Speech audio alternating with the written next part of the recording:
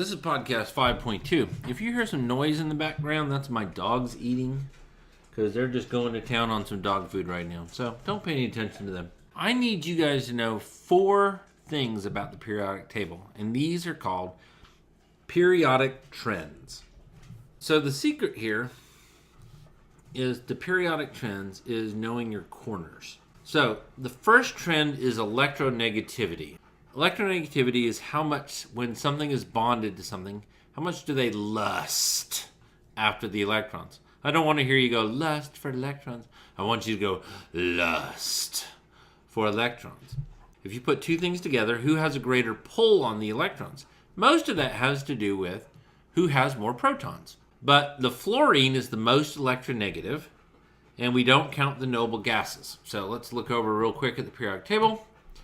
So up here, these noble gases are Ionics, meaning they've had their testicles cut off, which is a fancy way of saying they don't have any lust.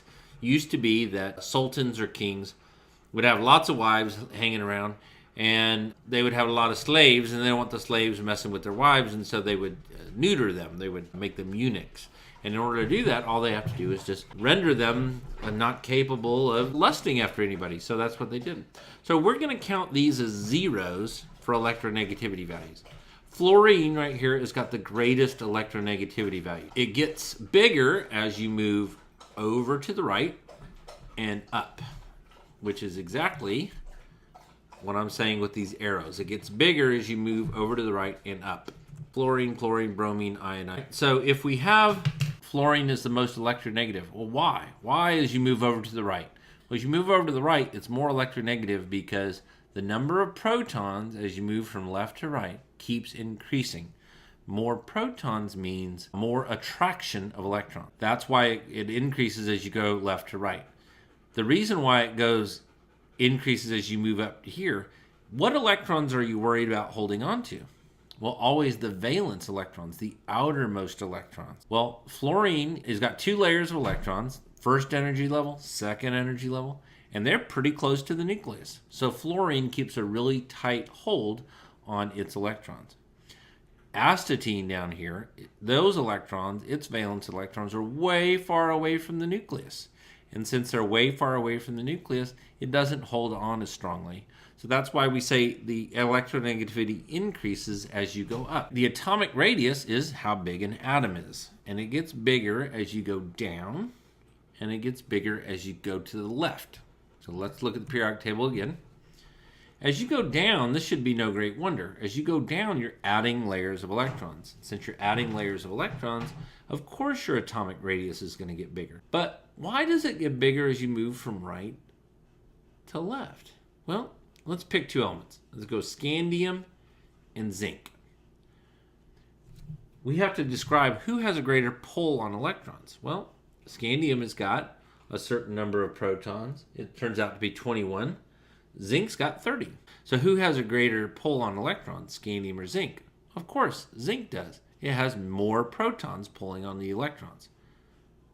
So zinc will pull on that level of electrons and to make it squish in tighter to the nucleus. So the zinc atom is actually slightly smaller than the scandium one is. Because as you move across the periodic table, that layer of electrons, and notice they all have the same row, which means they all have the same number of layers of electrons. 1, 2, 3, 4. So everything in this row has 4 layers of electrons. And as you move across to the right, those protons are increasing, which pulls on the electrons even harder, and that makes the electron shell, the electron cloud kind of shrink. So there's 2 down. That was easy. Ionic radius is all about how big an ion gets. So there are cations and there are anions. Things that gain electrons, anions, negative ions, and things that lose electrons, cations, or positive ions. So the metals over here, which we went over before in class, all this is the metals, they lose electrons. The non-metals over here gain electrons. Well, obviously, if you're losing electrons, you should be getting smaller as an ion. And if you're gaining electrons, you should be getting bigger as an ion. So who's the biggest ion out there? the trend goes over to the right and down. So who's the biggest ion? Radon. Right. So if radon were to lose an electron or gain an electron or whatever, become an ion, then radon would be the biggest ion out there. All right, one more. Ionization energy. If you have an electron, how much energy does it take to knock one loose? A good way of looking at this is, well, who's holding on to those electrons the most? If you remember, we've already talked about the number of protons affects that. So let's go look. The ionization energy increases as you move across to the right and up, because who's holding on to the electrons? Well, the nucleus is. Fluorine's electrons are on the outermost edge, only in layer 2. Those are going to be really easy to hold on to. Astatine has them way far away. Those are going to be harder to hold on to. Potassium, it really wants to lose an electron. Francium wants to lose an electron. So who's going to have the highest energy? Helium. And who's going to have the lowest ionization energy? Francium. Because its electrons are way far away from the nucleus, where the nucleus can't really hold on to them. And the electrons, it wants to get rid of them anyway, because that's what metals do. So they're not being really that strongly attracted. And remember here, everybody wants to end up looking like a noble gas. So the metals want to lose electrons till they look like a noble gas. The non-metals want to gain electrons till they look like a noble gas. So if you know those 4 trends of the periodic table, you're good to go. Just make sure you understand those 3 vocabulary words: cation, anion, and valence electrons.